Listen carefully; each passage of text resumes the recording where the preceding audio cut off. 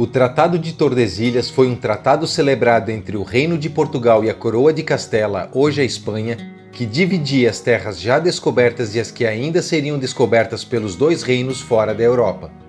Nesse vídeo, vamos conhecer toda a história desse tratado, entender o que levou ao surgimento dele, como ele foi definido e toda a dificuldade na sua demarcação. Mas antes disso, não esqueça de deixar o seu like e de se inscrever no canal se ainda não for inscrito.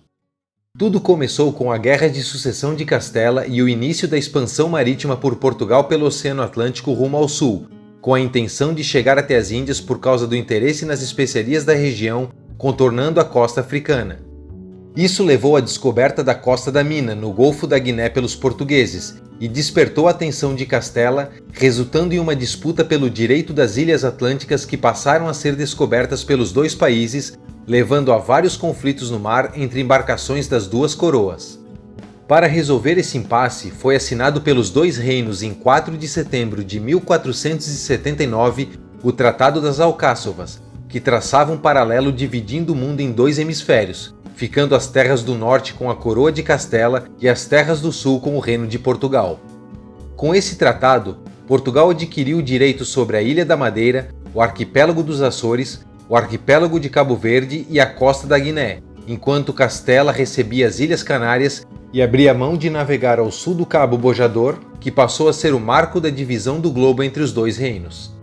Alguns anos depois da assinatura do Tratado das Alcáçovas, chega a Portugal um genovês propondo ao rei Dom João II uma outra rota para as Índias, seguindo na direção oeste, afirmando que nessa direção a viagem seria muito mais fácil. Esse homem era Cristóvão Colombo. Porém, Dom João II não concordou com ele por acreditar que o mundo era muito maior do que imaginava Colombo e que por isso a viagem seria impossível.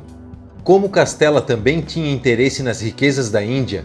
Cristóvão Colombo sugere o mesmo aos reis Fernando de Aragão e Isabel de Castela, que decidem financiar a sua viagem.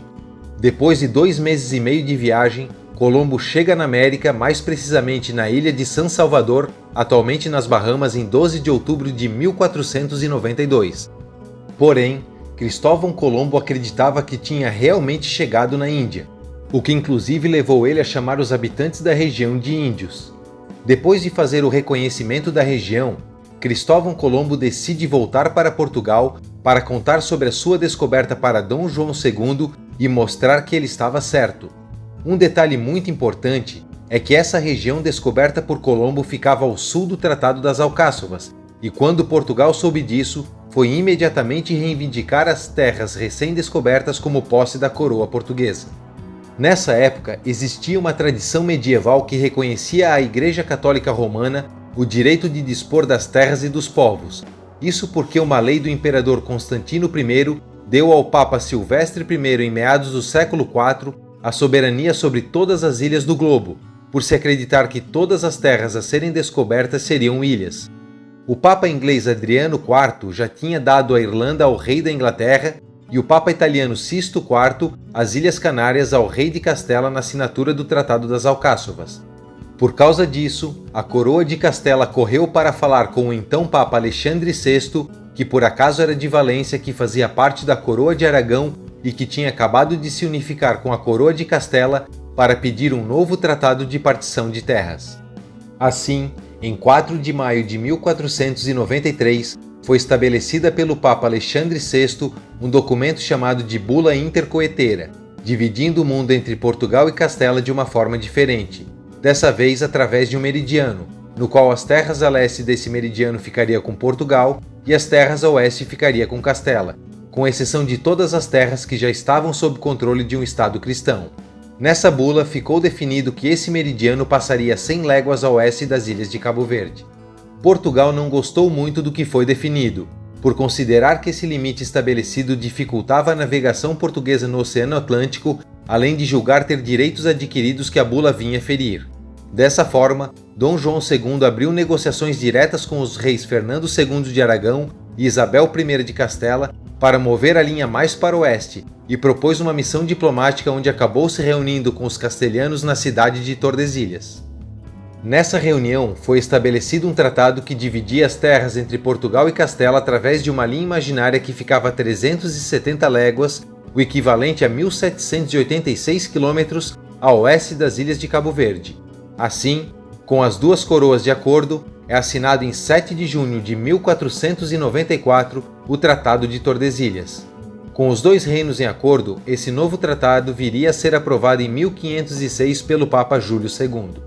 No princípio, esse tratado parecia ter resolvido os conflitos entre Espanha e Portugal, dando direito às novas terras que passaram a ser descobertas por Castela e garantindo a Portugal o domínio das águas do Atlântico Sul, o que era essencial para a manobra náutica conhecida como Volta do Mar, usada para evitar as correntes marítimas que empurravam as embarcações para o norte, perto da costa sudoeste africana e permitindo a ultrapassagem do Cabo da Boa Esperança. Isso permitiu que Portugal seguisse com o seu projeto de alcançar as Índias, o que acabou acontecendo em 17 de maio de 1498, com a chegada de Vasco da Gama a Calicut. Essa expedição de Vasco da Gama não foi bem recebida pelos indianos, que acabaram expulsando os portugueses. Então, o rei Dom Manuel envia outra expedição, dessa vez comandada por Pedro Álvares Cabral, com a missão de estabelecer uma colônia na Índia. Porém, a caminho da Índia, Cabral desvia sua rota no Atlântico, que acaba levando ele a uma nova terra, o Brasil, que pelo Tratado de Tordesilhas pertenceria a Portugal. No entanto, houve um problema na definição da posição exata da linha do Tratado de Tordesilhas, já que as ilhas de Cabo Verde são um arquipélago e não foi definido o ponto exato do arquipélago a partir do qual se contaria as 370 léguas. Então, os espanhóis alegavam que o ponto de partida para a contagem das 370 léguas seria a ilha mais a leste do arquipélago, enquanto que os portugueses alegavam que o ponto de referência seria a ilha mais a oeste. Outro problema é que não se sabia o tamanho exato do globo terrestre, o que fazia com que essa distância variasse de acordo com o tamanho atribuído à Terra. Como no início as atenções estavam voltadas totalmente para as especiarias das Índias, essa divergência não foi discutida de uma forma muito acentuada. Porém, com a descoberta da existência de prata nas terras da América do Sul, essa discussão se tornou muito mais intensa. Portugal defendia que suas terras ao sul iriam além do Rio da Prata, até o Golfo de São Matias, e a Espanha defendia que a linha passava pela ilha de Cananéia. Enfim, depois de muitas interpretações da exata posição do meridiano de Tordesilhas, ficou decidido que a ilha que seria o ponto de partida para a contagem das 370 léguas seria a ilha de Santo Antão, e assim o ponto mais ao sul do território português passou a ser localizado onde hoje é a cidade de Laguna, em Santa Catarina, e o ponto mais ao norte, a cidade de Belém, no Pará, dividindo dessa forma as terras da América do Sul entre a Coroa de Castela e o Reino de Portugal. Apesar disso, o Tratado de Tordesilhas nunca foi respeitado, e Portugal avançou para o sul anos depois, onde acabou estabelecendo uma colônia nas margens do Rio da Prata, a Colônia do Sacramento, alegando que a Espanha não estava exercendo o uti possidetis, ou seja, o direito de posse, que era a regra jurídica mais respeitada nas relações internacionais na época. Isso levou a anos de disputa que resultou na ocupação e posse do território do Rio Grande do Sul por Portugal. Além disso, a linha de Tordesilhas caiu em desuso durante a União Ibérica, que durou de 1580 a 1640, já que tudo pertencia aos dois reinos, o que favoreceu o avanço dos portugueses para o interior da América. Nos primeiros anos após a definição do Tratado de Tordesilhas, prevaleceu a hegemonia de Espanha e Portugal pelas terras do Novo Mundo, mas com o passar do tempo, outras potências marítimas da época como a Inglaterra, a França e os Países Baixos passaram a questionar a exclusividade da partilha das terras entre Espanha e Portugal, o que acabou resultando em diversas expedições desses países para a América do Sul, promovendo pirataria, contrabando e até a tentativa de estabelecer colônias na região.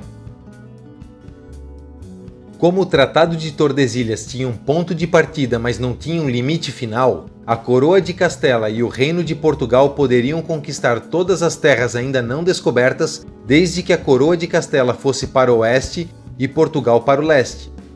O problema é que uma hora eles poderiam se encontrar no outro lado do globo, e isso aconteceu. Em 1512, Portugal descobriu as Ilhas Molucas. Essas ilhas eram muito valiosas por serem consideradas as Ilhas das Especiarias. Em 1520, foi a vez dos espanhóis chegarem nas Molucas e passarem a reivindicar essas ilhas, concluindo que, pelo Tratado de Tordesilhas, elas pertenciam à coroa de Castela. Com isso, uma nova disputa foi iniciada, envolvendo a demarcação de um meridiano do outro lado do planeta e a posse das Ilhas Molucas. Então, em 22 de abril de 1529, foi assinado o Tratado de Saragoça, que definiu a continuação do meridiano de Tordesilhas no hemisfério oposto, partindo de 297,5 léguas a leste das Ilhas Molucas, que foram cedidas pela Espanha a Portugal, mediante o pagamento de 350 mil ducados. Por fim, depois de 250 anos sem saber onde passava exatamente a linha do Tratado de Tordesilhas e sem respeitar esse tratado, Portugal e Espanha assinaram em 1750 outro tratado, o Tratado de Madrid, substituindo o Tratado de Tordesilhas e redefinindo os limites entre os dois países na América do Sul. E essa foi a história do Tratado de Tordesilhas, esse importante tratado que acabou tendo uma enorme influência no mapa do mundo como o conhecemos hoje. Um abraço e até o próximo vídeo.